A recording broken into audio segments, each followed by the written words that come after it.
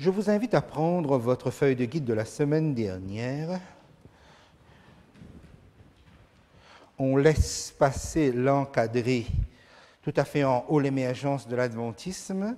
Juste pour faire un petit résumé, le chapitre 10 se termine par le verset 11 où le Seigneur donne l'ordre de mission au peuple qui doit démarrer à partir de cette date de 1844, c'est-à-dire l'événement céleste, et il faut reproduire sur la terre l'événement dans le ciel.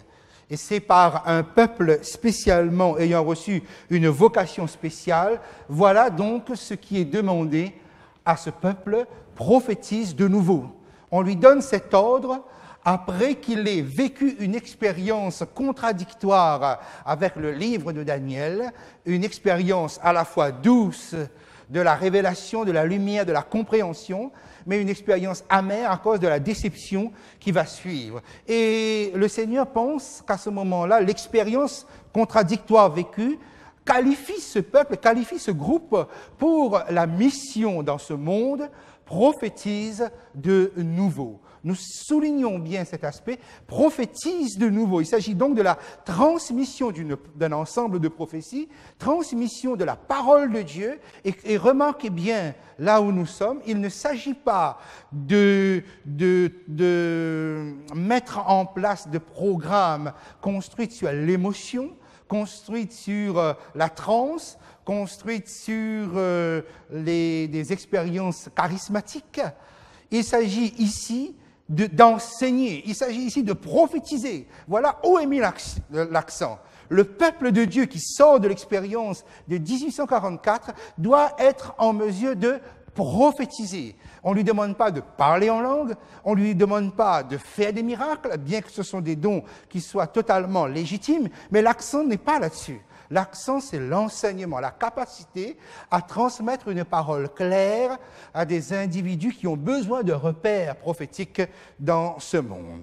Et nous arrivons donc au chapitre 11. Vous prenez aussi votre feuille si jamais vous n'avez pas eu le temps de noter et de remplir.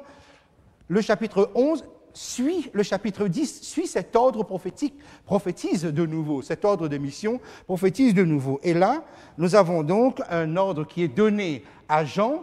On lui demande de mesurer le temple. Et nous avons vu que le temple, c'est le temple céleste, c'est le temple de Dieu dans le ciel, et que le fait de procéder à connaître les dimensions équivalait à la restauration du sanctuaire céleste. Pourquoi? Parce que le sanctuaire céleste avait été abîmé, si on peut dire les choses comme ça, souillé, ou en tout cas inaccessible, rendu inaccessible par un ensemble de pratiques chrétiennes, religieuses sur cette terre. Il fallait restaurer le fonctionnement du sanctuaire céleste, il fallait sur la terre restaurer le vrai culte de Dieu, et nous avions pris un temps la fois passée pour essayer de voir comment cela était possible. Effectivement, donc, il fallait restaurer le vrai culte de Dieu en mettant en place un système cohérent, basé, construit sur la parole de Dieu, okay, et tout rétablir, c'est-à-dire, et on a vu historiquement comment cela a pu être possible par l'émergence du mouvement adventiste qui ne va pas prendre des choses comme telles, mais qui va tout passer, va passer toutes les pratiques religieuses chrétiennes au crible et voir si cela tient est en accord avec la parole de Dieu. L'ordre des éléments donné dans le chapitre 11, dans le premier verset, nous indique que nous sommes bien avec la purification du sanctuaire. Donc cela nous menait à cette date, nous ramenait à cette date de 1844. Mais le parvis n'était pas concerné. Il ne fallait pas mesurer le parvis, parce que le parvis a été donné aux nations et le foule aux pieds pendant une période, 1260 jours. Comme si quelque part, il y a eu usurpation, et le Seigneur demande à ce peuple qui naît de 1844 de ne pas s'occuper, de ne pas chercher à récupérer l'Est. Ils ont usurpé, ok, laisse les nations fouler aux pieds. Effectivement, nous avions eu l'occasion de voir un petit peu comment cela a pu être piétiné, le message de la croix, puisque dans le parvis, il y avait l'autel des holocaustes qui nous ramène au sacrifice de Jésus. Le message de la croix avait pu être piétiné. Et cela le sera pendant une période, 1260 jours, qui nous ramenait selon un calcul prophétique, à 1260 années. Cela nous a permis de comprendre dans la projection historique et prophétique où se situaient ces 1260 années où le sacrifice de Christ était piétiné, était pratiquement remplacé. Historiquement, donc, nous avons pu comprendre qu'à partir de 538 s'élève sur les ruines de l'Empire romain une puissance politico-religieuse qui, à partir de 538, prend le pouvoir temporel. Chose que Dieu n'avait pas demandé, mais ce pouvoir religieux va mettre aussi de son côté un bras séculier et va fonctionner non seulement avec la religion, mais aussi avec la politique.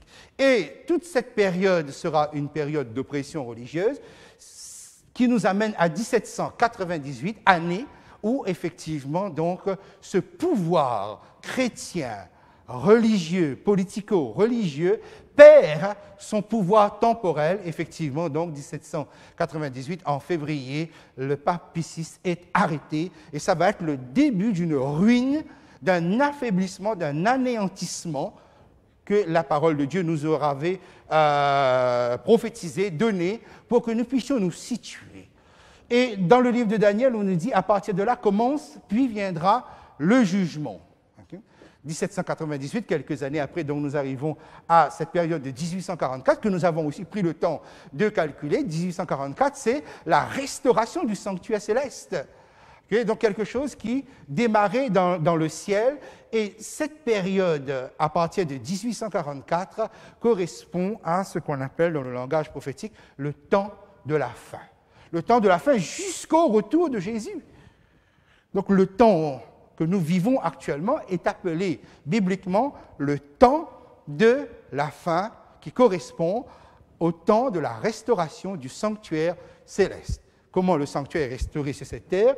Par le message, par la prédication, par la restauration de la totalité de l'Évangile qui est transmis, qui est replacé dans le cœur humain. L'être humain, les humains ont le privilège d'accéder à la totalité de cet évangile. Le verset 3 de ce chapitre nous donnait l'indication de ceci.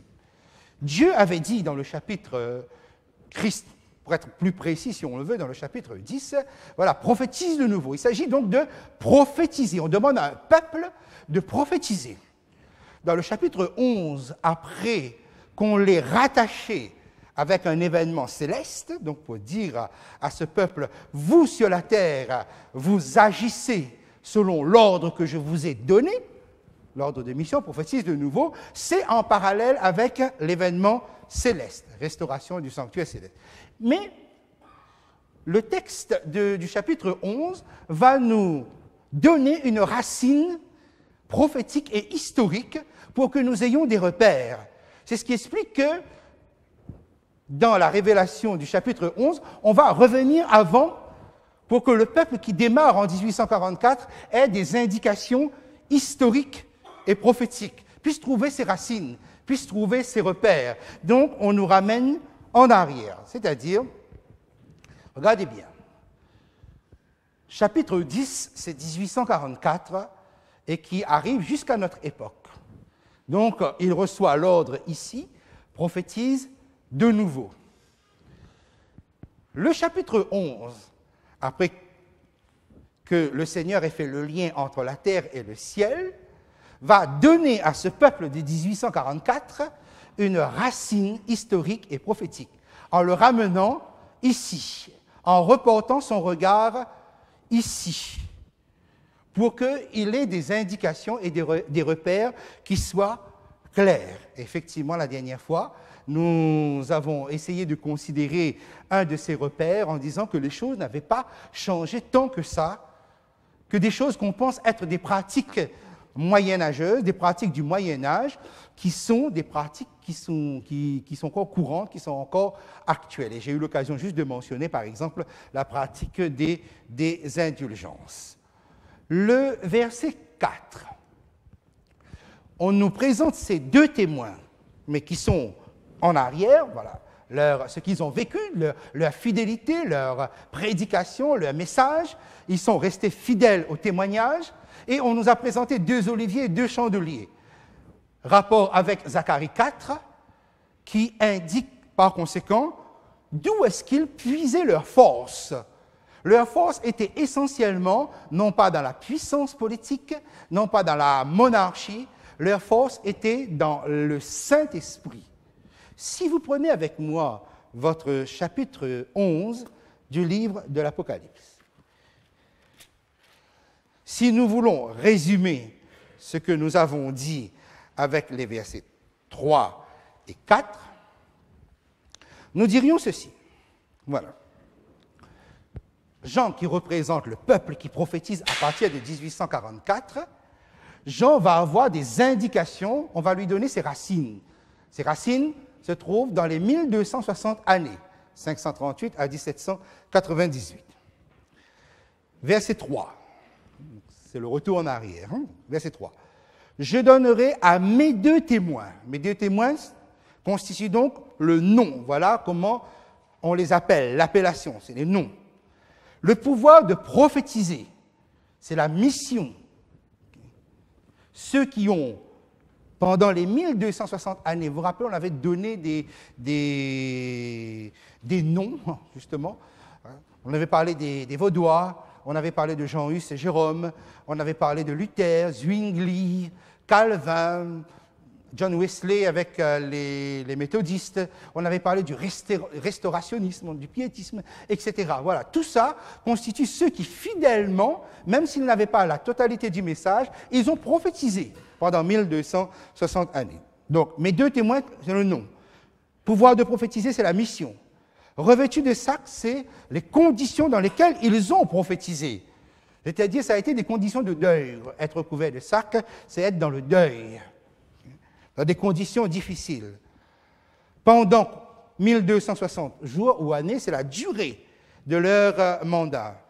Verset 4, ce sont les deux oliviers et les deux chandeliers qui se tiennent devant le Seigneur de la terre. Nous avons ici l'indication sur la source de leur puissance. Ce n'est pas ni par la puissance, ni par la force, mais c'est par mon esprit. Voilà dans quelles conditions, dans quelle mentalité ils ont prophétisé pendant toute cette période. Leur pouvoir de prophétiser ne venait pas, certainement pas, de la façon dont leurs oppresseurs, eux, utilisaient. Eux, c'était le pouvoir, c'était la puissance politique, militaire, l'inquisition, tout ce qu'on voulait, mais eux, c'était par le Saint-Esprit et par cette douceur inclue dans le témoignage de Jésus-Christ. Voilà. Donc, si vous tournez votre page, toujours la page de la semaine dernière, cela nous amène donc à ce qu'on appelle les deux piliers de la vérité du christianisme. Versets 5-6. Si quelqu'un veut leur faire du mal, on est en train de parler des témoins, si quelqu'un veut leur faire du mal, du feu sort de leur bouche et dévore leurs ennemis. Et si quelqu'un veut leur faire du mal, il faut qu'il soit tué de cette manière. Verset 6. Ils ont le pouvoir de fermer le ciel afin qu'il ne tombe point de pluie pendant les jours de leur prophétie, et ils ont le pouvoir de changer les eaux en sang et de frapper la terre de toute espèce de plaie chaque fois qu'ils le voudront. Nous avons ici donc des indications qui nous ramènent à l'Ancien Testament, deux figures de l'Ancien Testament, parce que nous avons deux récits, deux épisodes de l'Ancien Testament qui touchent qui? Donc vous pouvez écrire dans votre encadré. Élie, dans 2 Rois, chapitre 1, versets 9 à 11, l'expérience avec le roi Akazia, lorsque Akazia a envoyé ses émissaires pour ramener Élie. C'est là où nous avons l'épisode du feu du ciel qui tombe sur ces émissaires, et qui sont obligés finalement à chaque fois de capituler. Il a fallu attendre le troisième groupe d'émissaires qui arrivent devant Élie, qui reconnaissent le ministère prophétique d'Élie pour que Élie les suive. Mais c'est là que nous avons cette expérience-là. Élie, cette capacité de faire descendre le feu du ciel. Quand nous regardons notre texte ici, ce que je viens de lire, verset 6, « Ils ont le pouvoir de fermer le ciel afin qu'il ne tombe point de pluie pendant les jours de leur prophétie. » Vous êtes toujours avec l'expérience d'Élie, 1 Roi 17, 1, effectivement. Élie prie et pendant 3 ans et demi, il n'y aura pas de pluie, ce sera la sécheresse sur la terre. Ensuite, on poursuit le verset 6, on continue dans le verset 6. « Ils ont le pouvoir de changer les eaux en sang et de frapper la terre de toute espèce de plaie chaque fois qu'ils le voudront. » Là, nous avons référence à Moïse, les 10 plaies d'Égypte. Vous retrouvez ça dans Exode 7, verset 12. Donc, une indication, une orientation pour nous permettre d'interpréter précisément ces 2 témoins. On ramène à des expériences, à des épisodes de l'Ancien Testament, donc à 2 noms ici, Élie et Moïse. Qu'est-ce qu'ils représentent, qu'est-ce qu'ils figurent, voire même préfigurent pour nous, à cause du livre de l'Apocalypse, Élie et Moïse. Moïse représente ce qu'on appelle la loi, Élie représente les prophètes. C'est la figure du prophétisme. Effectivement, lorsque, dans la parole de Dieu, on voudra résumer la totalité de la révélation, Jésus lui-même dira la loi et les prophètes. Vous avez ces textes-là que j'ai mis sur votre feuille de guide. Jésus lui-même, lorsqu'il parle de la totalité de la révélation à disposition du peuple juif, va dire la loi et les prophètes. La loi, révélation de la personnalité de Dieu, et les prophètes, l'actualisation de cette loi. C'est-à-dire donc comment dans le temps, dans l'histoire, on sait si on est toujours en accord avec la révélation de Dieu ou bien si on est sorti. Les prophètes étaient là justement pour actualiser et veiller à cette cohérence que je vous ai parlé la dernière fois. Donc nous avons ici une indication. Donc Élie, Moïse, préfigure prophète et la loi, c'est-à-dire les 2 piliers de la vérité, de la parole de Dieu. La totalité de la parole de Dieu repose sur la loi et les prophètes. Voilà pourquoi ils peuvent dire les Saintes Écritures, la parole de Dieu ou la loi et les prophètes. Okay? Voilà donc ce qu'on a besoin dans un premier temps ici de savoir. Lorsque nous sommes dans le livre de l'Apocalypse qui est le livre qui reprend, puisque le livre de l'Apocalypse n'est pas un livre de la loi, c'est un livre prophétique. Donc, le livre de l'Apocalypse ne va pas sortir du cadre de ce qui est révélé jusqu'à présent. Vous vous rappelez ce que j'avais souligné la dernière fois, c'est quoi l'œuvre d'un prophète? L'œuvre d'un prophète, c'est de veiller à la continuité. C'est-à-dire, il n'y a pas de contradiction entre ce qui est présent et ce qui est passé. Son rôle, c'est de veiller à ce qu'il y a une cohérence entre le passé et le présent. Si jamais il y a un dysfonctionnement, c'est-à-dire ça ne s'harmonise pas, son rôle, c'est justement de montrer, de mettre en lumière ce qui ne va pas. Voilà pourquoi, pendant toute la période du Moyen-Âge, il a été pratiquement impossible de se référer à la parole de Dieu parce qu'il n'y avait pas, le ministère prophétique était éteint. Il manquait cette voix qui porte la vérité jusque dans les cœurs. Parce que sinon, on peut prendre un texte de la Bible comme ça, n'importe comment, on prend là, on peut prendre là, on peut prendre ici. Okay? C'est-à-dire, il n'y aura pas de guide, de méthode d'interprétation, parce que le fil manque, c'est la prophétie qui permet justement de mettre cela en place. Okay? Mais la prophétie se réfère à la loi. Okay? C'est la loi qui est révélée, c'est la loi qui ne bouge pas. Je le répète, la loi qui est le caractère de Dieu ne change pas, parce que Dieu ne change pas. Mais les temps changent, les circonstances dans lesquelles nous pouvons être changent. Et comment appliquer une loi fixe dans des temps qui ne changent pas, qui ne sont pas fixes? C'est le rôle de l'esprit des prophètes, de la prophétie. Okay? Donc, dans le livre de l'Apocalypse, chapitre 12, verset 17, par exemple, je vous invite à prendre avec moi. Vous avez qu'à tourner une page de votre Bible. Voilà un exemple. Quand on parle qu'on arrive à la fin, Verset 17. « Et le dragon fut irrité contre la femme, et il s'en alla faire la guerre au reste de sa postérité, à ceux qui gardent les commandements de Dieu et qui ont le témoignage de Jésus. » Remarquez, le reste s'appuie sur deux piliers. Les commandements de Dieu et le témoignage de Jésus. La loi, c'est les commandements de Dieu. Les prophètes sont en rapport avec le témoignage de Jésus. Comment nous le savons? Parce que dans le chapitre 19, verset 10 de l'Apocalypse, l'ange dit, le témoignage de Jésus, c'est l'esprit de la prophétie. C'est quoi l'esprit de la prophétie? L'esprit de la prophétie, c'est l'esprit qui anime un prophète.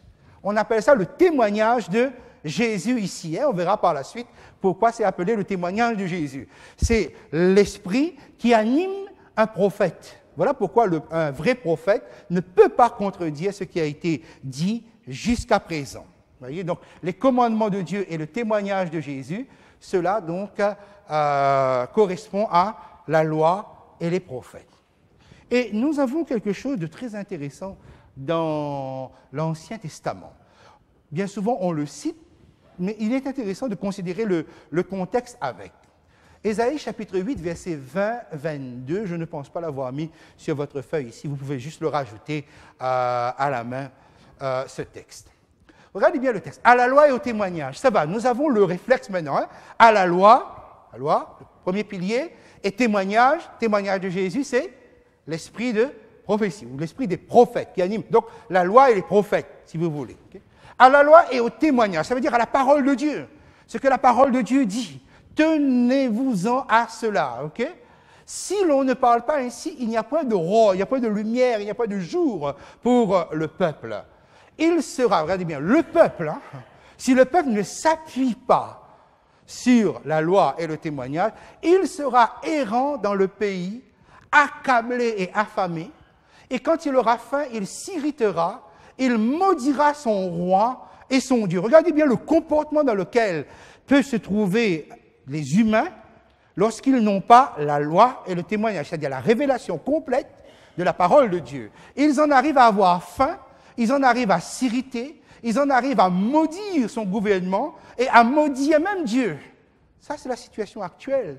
Mais c'était la situation aussi de cette longue période du Moyen-Âge de 538 à 1798, parce qu'il n'y avait pas la loi et le témoignage. C'était sous couvert d'un sac, ils prophétisaient, mais dans une situation de deuil, parce qu'ils étaient persécutés, parce qu'ils étaient mis à mort. Puis, verset 22, « Il regardera vers la terre, et voici, il n'y aura que détresse, obscurité et de sombres angoisses. Il sera repoussé dans d'épaisses ténèbres. » Vous voyez, le contexte de ce verset, il est très intéressant, parce qu'il indique que s'il y a un peuple, ou que si l'humanité est privée de la loi et du témoignage, donc les témoins, les deux témoins en quelque sorte, si les humains sont privés de ça, voilà dans quelles conditions ils vont se retrouver.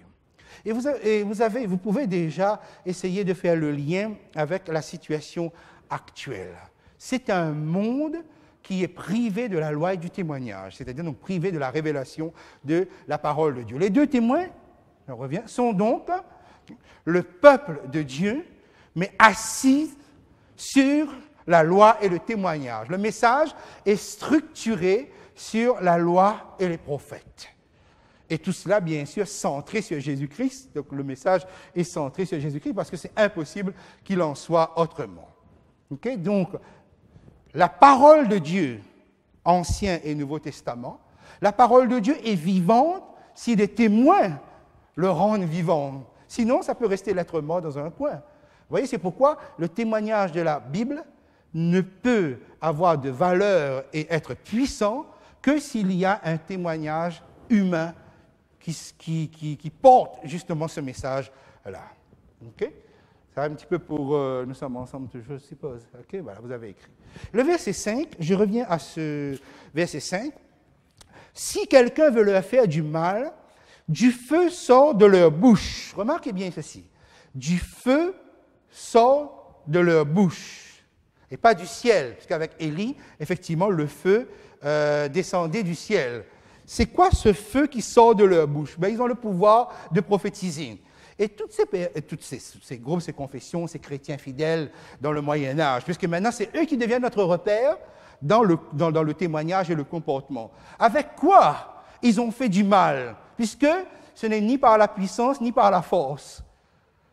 C'était avec leur prédication, leur message puissant, c'est avec ça qu'ils faisaient du mal. C'est la puissance de leur propre témoignage. Oui, parce que ça faisait mal. Les gens qui restaient attachés au système politico-religieux, par exemple, de l'Église de Rome, ne pouvaient pas supporter d'entendre ces gens qui prophétisaient sous un sac, si je reprends exactement l'expression, ils ne pouvaient pas supporter ce témoignage. Cela les tourmentait, cela faisait mal. C'est pourquoi ces chrétiens étaient mis à mort, c'est pourquoi ils finissaient sur le bûcher. Rappelez-vous de l'expérience de Jean Hus, son ami Jérôme. Non, ils ont fini sur le bûcher parce qu'on ne voulait pas les entendre. Il fallait les persécuter, il fallait les faire taire. C'est ça, vous comprenez bien, celui qui est chrétien n'utilise pas la puissance, le pouvoir de ce monde pour transmettre le message. On n'impose pas le message par la force, mais uniquement par le témoignage. C'est ainsi qu'il dévorait les ennemis. Okay? Le verset 6, j'arrive au verset 7. Donc, il prophétise pendant toute cette longue période. J'arrive au verset 7. Quand ils auront achevé leur témoignage, la bête qui monte de l'abîme leur fera la guerre, les vaincra et les tuera. Juste pour être sûr que vous êtes avec moi, pendant combien de temps dure leur témoignage, ces deux témoins, avant 1844? De quelle date à quelle date? 538 à 1798. OK? Voilà, bien ensemble. Qu'est-ce qui s'est passé? Quelle est la bête qui monte de l'abîme et qui a tué, qui a porté un coup? Quelle est la puissance? Rappelez-vous, nous sommes sous la 6e trompette. Nous sommes toujours sous la 6e trompette. La 5e et la 6e trompette sont liées, la 6e étant une amplification de la 5e. C'est quoi la 5e trompette? C'est l'émergence de puissance, de séduction athée. Okay? On va tout construire sur l'athéisme. Et la 6e trompette va développer cela avec le darwinisme, le marxisme, avec toutes les philosophies qu'on a eu l'occasion de mentionner, et qui va nourrir le monde d'un comportement, pas forcément ici dans la tête. Les gens ne disent pas ouvertement « Ah non, mais moi je prends ma décision, je ne veux pas de Dieu dans ma vie, je ne veux rien savoir ». Les gens ne parlent pas comme ça. Les gens vivent comme ça. N'essayez pas de les amener à des raisonnements qu'ils rejettent Dieu sur le lèvre. Non, ils vivent simplement comme si Dieu n'existait pas. Et c'est ça l'objectif. Donc, nous sommes dans un monde qui est animé par une puissance de son Dieu. Et quelque chose, donc quelle est la puissance qui, en 1798, va réduire à rien le christianisme? Normalement, nous devrions être un petit peu embêtés. D'abord, réfléchissons, revoyons bien ce qui est dit dans le texte. Il y a la victoire de la bête qui monte de l'abîme. Ce serait donc la puissance athée. Ce serait donc le mouvement issu de l'idéologie athée, de toutes les philosophies athées. C'est-à-dire, on avait un petit peu l'évolution de cela. Quand ils auront achevé leur témoignage, donc après 1260 années, qui nous amène à 1798, la bête qui monte de l'abîme leur fera la guerre, les vaincra et les tuera. Est-ce qu'il n'y a pas là une confusion dans votre esprit? Puisque, regardez bien, jusqu'à présent, nous avons dit que 538 à 1798, 1798, c'est la date où le pouvoir politico-religieux est frappé et anéanti. Mais donc, c'est-à-dire un faux christianisme aux yeux de Dieu, hein, pas un christianisme authentique qui est frappé en 1798. Or, si vous regardez ce que nous venons de dire, ici, les deux témoins, même s'ils sont opprimés, persécutés et mis sur le bûcher, les deux témoins, ils prophétisent pendant cette période, et à la fin, ils sont mis à mort. À la même période, à la même date, ils sont mis à mort. Donc cela demande une petite explication. Vous me suivez là? C'était comme si, quelque part, nous étions en train de dire le pouvoir religieux qui persécutait les deux témoins est frappé en 1798. C'est ce que nous avons bien vu jusqu'à présent. C'est le livre de Daniel, chapitre 7, 8, nous a amené à cela. Comme si Rome a été affaiblie. Puis 6 février 1798 par le général Berthier, envoyé par Napoléon Bonaparte. Mais là, qu'est-ce que nous sommes en train de lire? Nous sommes en train de lire que le christianisme authentique, qui est frappé à la fin des 1260 années. Ça va, vous voyez bien. C'est comme s'il y avait deux christianismes, ou que les deux types de christianisme étaient frappés en même temps. Nous voyons, nous le mettons sous forme de schéma. Donc la bête qui monte de l'abîme. Qu'est-ce que la bête qui monte de l'abîme? C'est la Révolution française, puisque nous sommes sous la 6e trompette.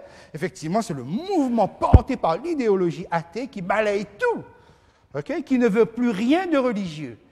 Et donc 1798, là il faut bien noter sur votre feuille, ce que j'avais mis, les deux victoires de 1798. Nous avons dit jusqu'à présent, nous basant sur le livre de Daniel, et bientôt dans le chapitre 13 de l'Apocalypse, quand on y arrivera au chapitre 13, 1798 correspond à l'affaiblissement de ce pouvoir religieux qui perd la puissance temporelle. Parce que Rome, la Rome chrétienne, marchait avec les monarchies. Le bras séculier de la Rome chrétienne, c'était les monarchies. Voilà pourquoi d'ailleurs ils pouvaient persécuter. Parce que les rois le permettaient, étant eux-mêmes catholiques, ils accordaient cela. Mais voilà que nous apprenons ceci. C'est que, à la même période, vous avez la mise à mort des deux témoins, préfigurés ici par Moïse et Élie, avec les deux chandeliers, les deux oliviers, etc. Autrement dit, en 1798, vous n'avez pas seulement l'affaiblissement, l'anéantissement du christianisme usurpateur, mais vous avez aussi l'anéantissement du christianisme évangélique.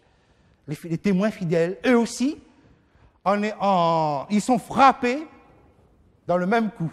Ils sont emportés par la même vague. C'est ça qu'on nous révèle ici. C'est la mise à mort aussi de ces deux témoins qui ont fidèlement témoigné pendant cette longue période.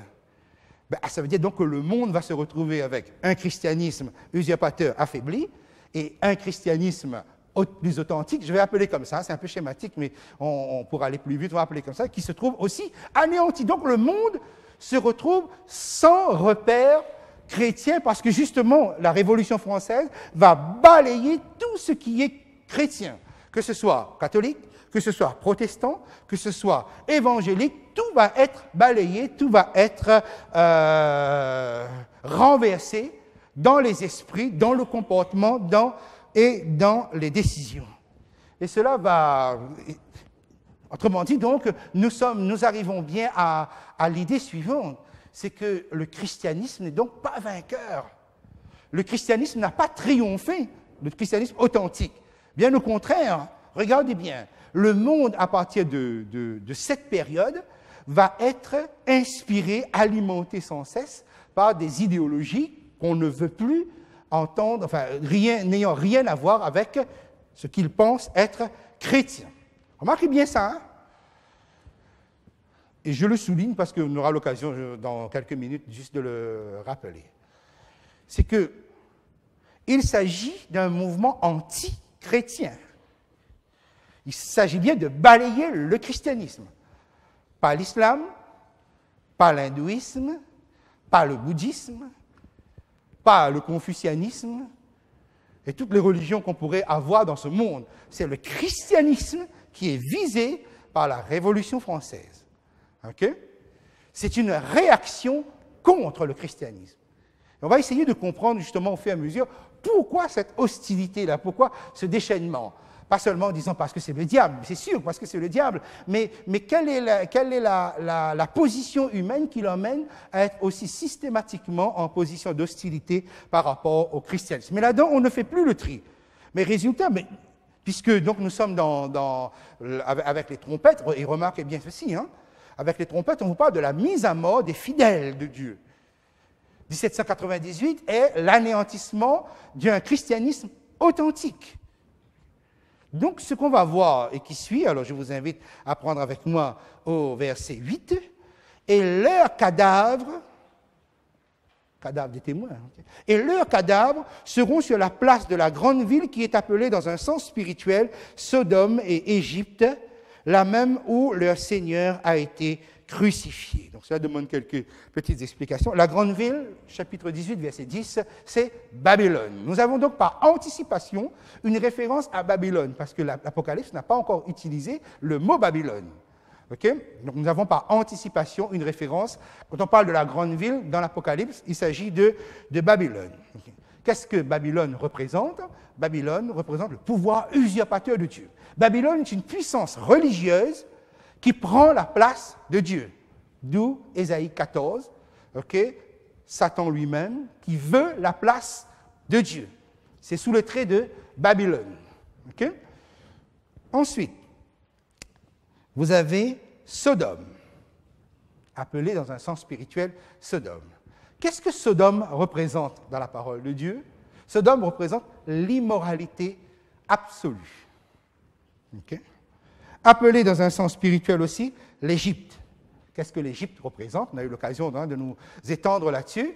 C'est la négation de Dieu, le sans-Dieu, celui qui dit « moi je ne connais pas Dieu, je ne vais pas avoir affaire à ce Dieu ». Donc voilà, c'est la parole de Dieu dans le sens prophétique utilise l'Égypte pour parler justement de ce pouvoir athée, pour parler de l'athéisme. Regardez bien, on tue, on élimine le christianisme authentique.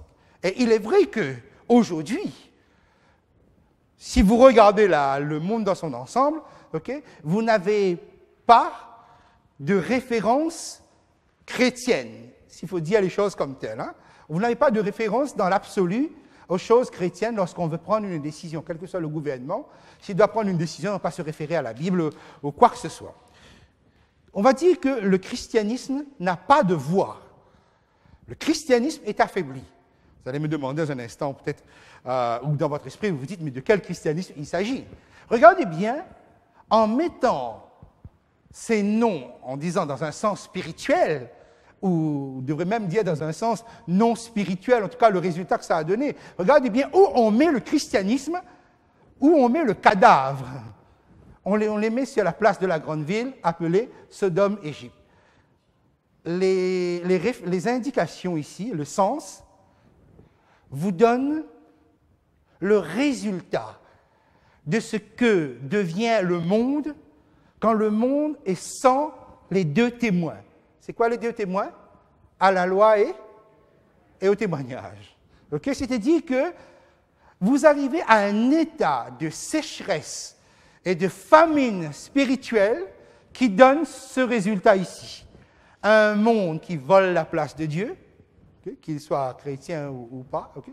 Un monde qui est plongé dans l'immoralité absolue et l'immoralité devient une référence.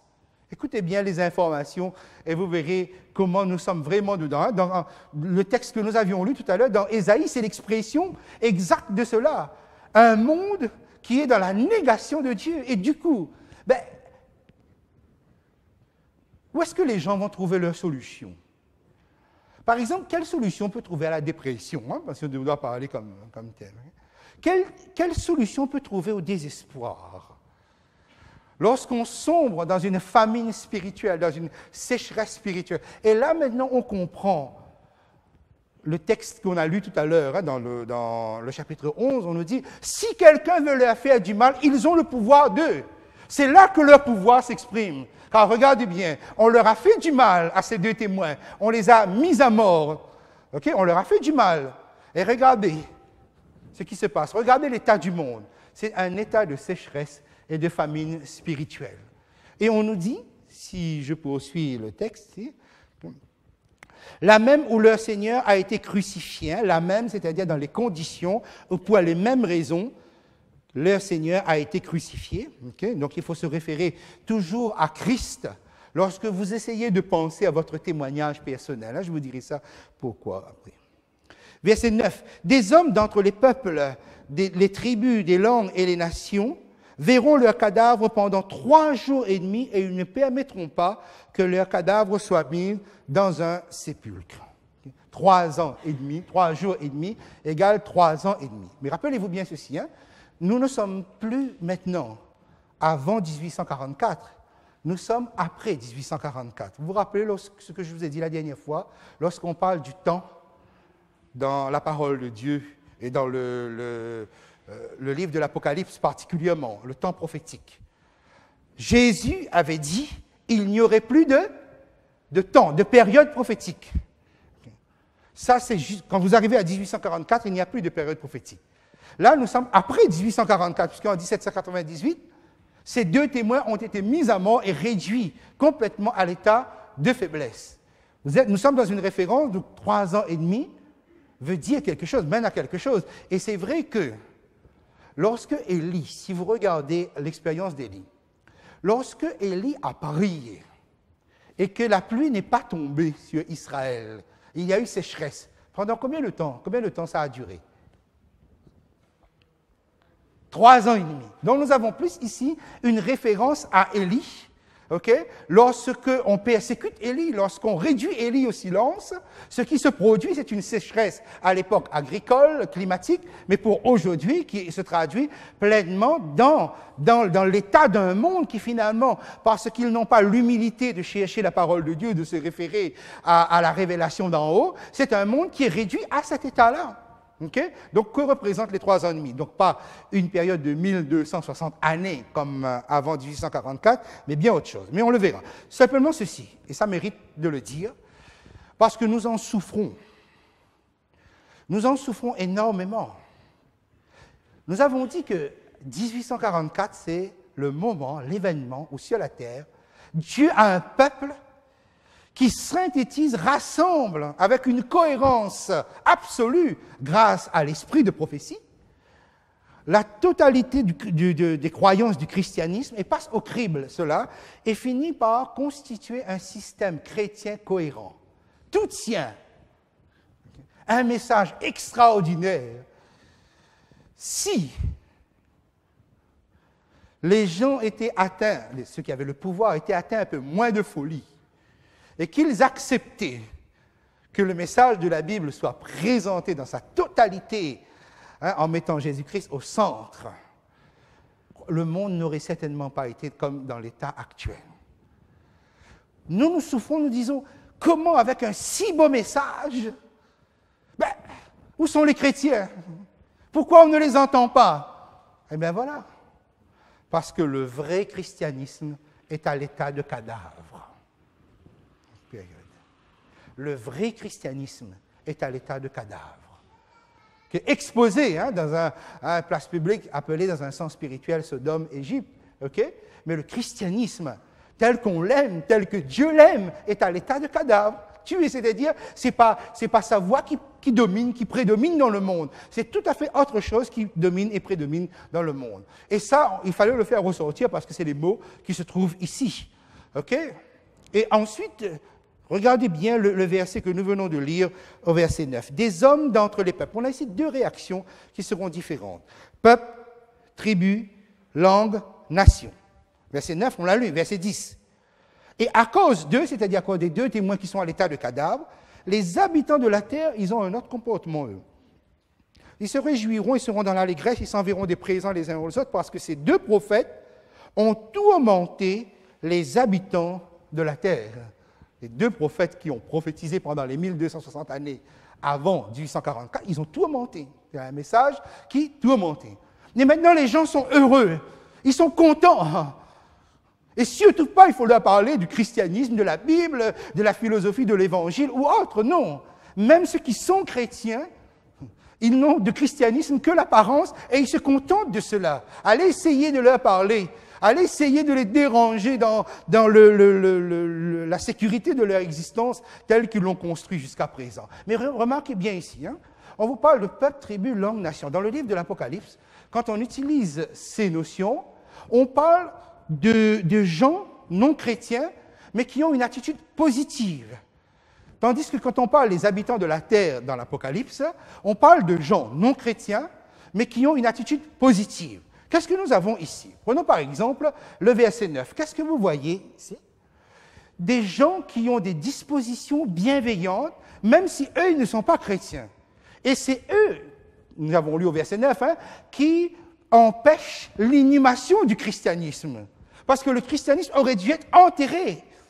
Le christianisme est à l'état de cadavre, mais le christianisme n'est pas enterré. Le christianisme est exposé. Et grâce à ces gens le christianisme reste exposé. Ils ne permettent pas. Ils empêchent qu'on enterre. C'est comme si quelque part, au fond d'eux-mêmes, comme s'ils attendent quelque chose. C'est très bizarre, hein, les gens. Et nous avons ici quelque chose que la parole de Dieu nous révèle, hein, et qui peut-être pourrait nous mettre sur la piste aussi à des indications. Ne pensez pas parce que les gens ne sont pas chrétiens qu'ils sont hostiles au vrai christianisme. D'accord? Je dis ça comme ça. Parce que tout à l'heure, j'ai bien tracé l'ensemble de l'humanité. Dans cette humanité qui rejette Christ et qui rejette l'évangile de Christ, il y en a qui ont malgré tout des dispositions bienveillantes et qui empêchent de plusieurs manières, ça peut être par des décisions, des votes, par leurs interventions, par leur manière de défendre, qui empêchent que le vrai christianisme soit enterré. Mort, oui, okay, mais pas enterré. C'est grâce à eux que quelque part, le cadavre est encore visible. Le cadavre peut être encore perceptible, vu. Okay? Bienveillance des gens. Tandis que les habitants de la terre, eux, ils se réjouissent que la voix prophétique soit réduite au silence, parce que ça dérange. Okay? Donc vous avez deux comportements ici différents. Alors, on va avancer au verset 11. Et juste avant de voir le verset 11, je voudrais juste donc remettre devant vous ce chiffre de 3,5 ici. Puisque 3 jours et demi peut être compris comme 3 ans et demi, si on le veut, parce que les jours pour les Juifs ou de la pensée hébraïque pouvaient équivaloir à des années, pas de souci. Donc cela nous amène surtout à des références. Hein. Élie, Jésus. Si vous regardez la prophétie du livre de Daniel, Jésus, son ministère, c'est la moitié d'une semaine, au milieu de la semaine. Livre de Daniel, chapitre 9. Okay. Qu'est-ce que le chiffre 3,5 implique? 3,5 implique le chiffre 7 qui n'arrive pas à son aboutissement. C'est quoi le chiffre 7? On a eu l'occasion de le voir.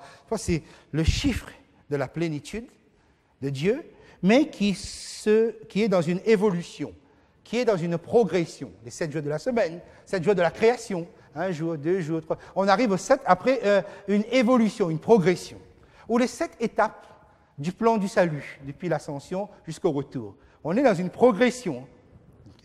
7 indique cela. 3,5, c'est la moitié de 7. Ça veut dire on ne va pas jusqu'au bout. Autrement dit, mes amis, le christianisme authentique ne restera pas toujours à l'état de cadavre. C'est-à-dire qu'il y a un moment où Dieu va arrêter cette joie malsaine que le monde ressent parce que la voix prophétique s'est éteinte ou ne s'exprime pas. Okay? Ou que nous sommes en train de souffrir qu'avec un si beau message, si cohérent de la parole de Dieu, okay, nous soyons à l'état de cadavre. Eh bien, Dieu va mettre fin, va couper court à cela. Et à quoi on le voit? Le verset suivant, verset 11. Après les 3 jours et demi, okay, un esprit de vie venant de Dieu entra en eux et ils se tinrent sur leurs pieds et une grande crainte s'empara de ceux qui les voyaient. Qu'est-ce que c'est ici? C'est ce qu'on appelle donc un grand mouvement de réveil qui va toucher le christianisme. Autrement dit, le beau message que nous voyons là ne restera pas comme tel, okay, réservé qu'à un petit nombre là où nous sommes. Okay? C'est-à-dire, il y aura un réveil du vrai christianisme et ce réveil sera visible. Et maintenant, on comprend pourquoi Dieu a suscité dans les cœurs, peut-être même des gens qui sont athées, qui n'ont rien à voir avec le christianisme ou autre l'évangile, mais des dispositions bienveillantes à l'égard des chrétiens, à l'égard de ceux qui professent la foi biblique. Parce que si le cadavre n'est pas enterré, c'est justement parce que le cadavre va ressusciter, parce que le christianisme va être remis sur les pieds. Et c'est ça qui est devant nous. C'est quelque chose qui n'est pas encore réalisé, mais c'est quelque chose qui va se réaliser. Et vous avez un peu plus de détails, nous y reviendrons donc dans le chapitre Apocalypse 18, verset 1er, ça va éclairer toute la terre. La gloire de Dieu va éclairer toute la terre. Et cela va occasionner un effroi pas possible, comme nous le voyons, nous l'avons lu ici, hein, une grande crainte s'empara de ceux qui les voyaient. C'est-à-dire, donc, vous imaginez, vous vous êtes toujours moqué d'un groupuscule, hein, d'un groupe minoritaire, ah, ce sont des sectes, et tout d'un coup, vous les voyez en pleine puissance, tout d'un coup, vous les voyez faire ce qu'on n'ose pas penser, même on n'aurait pas osé penser jusqu'à présent. Ils seront saisis dans la crainte. Et moi, j'aimerais oser la pensée suivante. Je crois effectivement que Dieu suscite la bienveillance de bien des politiques pour protéger la pureté de son évangile, même si ces politiques ne sont pas chrétiens. Mais je crois aussi qu'il y a des gens dans ce monde qui ont peur. Ils ont peur. Ne croyez pas que la Bible n'est pas étudiée en secret, ok, et que des gens n'accèdent pas à des vérités. Hein. Je crois qu'il y a des gens qui ont peur. Et regardez ce qui attend le monde. C'est un christianisme qui sera debout sur ses pieds. Okay? Et verset 12, vous avez une pensée ici, mais extraordinaire, c'est la phrase que j'attends. Okay? Verset 12, ils entendirent, c'est-à-dire donc les deux témoins qui ont été ressuscités, c'est exactement l'expérience de Jésus. Hein? Jésus est mis à mort, on parle de 3 jours et demi, hein? Jésus est mis à mort et Jésus ressuscite et Jésus monte. Les 2 témoins sont mis à mort, les 2 témoins ressuscitent et les 2 témoins montent. C'est exactement l'expérience de Jésus qui est vécue. Et alors, verset 12, ils entendirent du ciel une voix qui leur disait « Montez ici », c'est le retour de Christ. Et ils montèrent au ciel dans la nuée et leurs ennemis les virent. Mes amis, montez ici. Qui n'attend pas ça? Okay? J'attends ça avec impatience. Le jour où cette voix du ciel dira « Montez ici ». Et regardez, leurs ennemis les virent. Ça ne vous rappelle pas ce qui était dans le verset 7 du chapitre 1er de l'Apocalypse? Voici, il vient avec les nuées, et tout œil le verra, même ceux qui l'ont percé, et toutes les tribus de la terre se lamenteront à cause de lui. Oui, amen. Jésus revient, c'est le retour du Christ, chose qui est devant nous. Donc, avant que Jésus ne revienne, il y aura un grand réveil dans nos rangs. Je l'espère en tout cas. Et cela se fera par la puissance du Saint-Esprit. Non pas par la puissance d'une force politique, non pas par un vote qui sera pris je ne sais où, d'un comité ou autre, mais véritablement par la puissance du Saint-Esprit. Et là, destruction définitive de Babylone, vous avez le verset 13. À cette heure-là, il y eut un grand tremblement de terre, et la 10e partie de la ville tomba. 7000 hommes furent tués dans ce tremblement de terre et les autres furent effrayés et donnèrent gloire au Dieu du ciel. Nous avons ici, au verset 13, une anticipation de ce qui est développé dans les chapitres 16, 17 et 18 de l'Apocalypse. Vous avez en tout cas la destruction de la grande ville. La 10e partie de la ville, on dit bien la 10e et non pas une 10e, la 10e.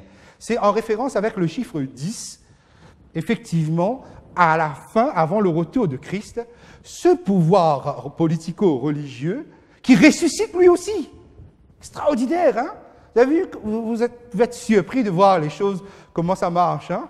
Vous avez, là où on se prend pour le Christ, mise à mort, résurrection, okay, déploiement de la puissance, vous retrouvez ça avec le christianisme authentique. Okay? On prophétise, mise à mort, résurrection, mais l'expérience, comme le Christ sera complète, on monte. Et Babylone, c'est cette terre qui a ressuscité grâce à 10 rois, c'est un chiffre symbolique, c'est-à-dire les gouvernements politiques qui vont donner leur puissance à ce pouvoir final, okay, qui feront beaucoup de mal au vrai christianisme ici-bas. Après, vous avez donc, on parle de la 10e partie qui est anéantie, 7000 furent tués. 7000 dans la Bible, nous le retrouvons avec l'expérience d'Élie. 7000 au temps d'Élie, c'était le reste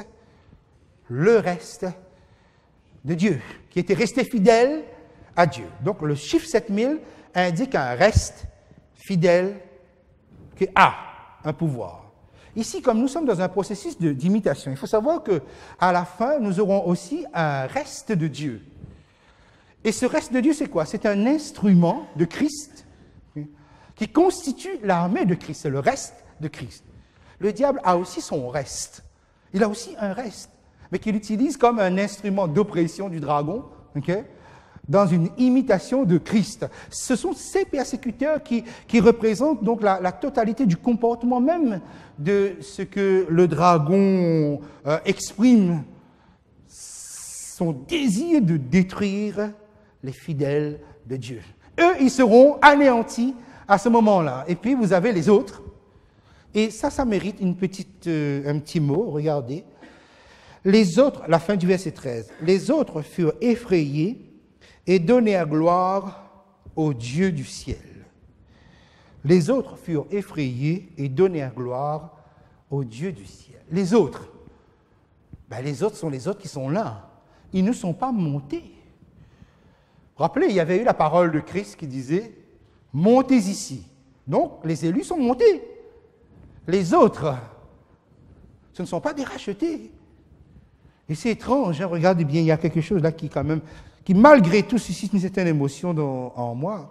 Les autres furent effrayés, mais la frayeur n'amène pas à la conversion. Mais ils donnaient à gloire à Dieu, ils donnaient à gloire au Dieu du ciel.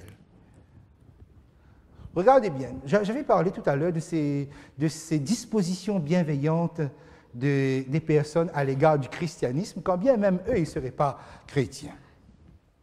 Effectivement, dans le monde, il n'y a pas que des persécuteurs du christianisme, parce qu'effectivement, on les calibre ici là, avec le chiffre de 7000, ou la puissance des soutiens politiques. Et il y en a qui, jusqu'au bout, continueront à soutenir les chrétiens, même si eux, ils n'y adhèrent pas. Et il y en a qui vont reconnaître, tiens, il y a quelque chose chez vous, vraiment qui est fort, qui est puissant, qui est appréciable, mais ils ne vont pas accepter eux. Ils ne vont pas adhérer, ils vont reconnaître de loin. Vous voyez l'habitude.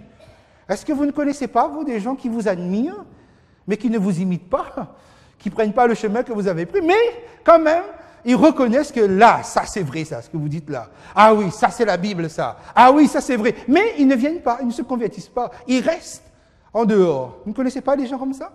L'habitude, mes amis. Je ne sais pas si c'est certainement actuellement le temps présent de tirer la sonnette d'alarme parce que nous voudrions les voir sauvés. Pas seulement adhérer intellectuellement et avoir une compréhension à distance de la vérité et reconnaître que cette vérité-là est au-dessus de toutes les vérités qu'il pourrait y avoir dans le monde, mais les mener à une adhésion. Pourquoi? Parce que lorsque Jésus reviendra, ces personnes ne seront pas sauvées.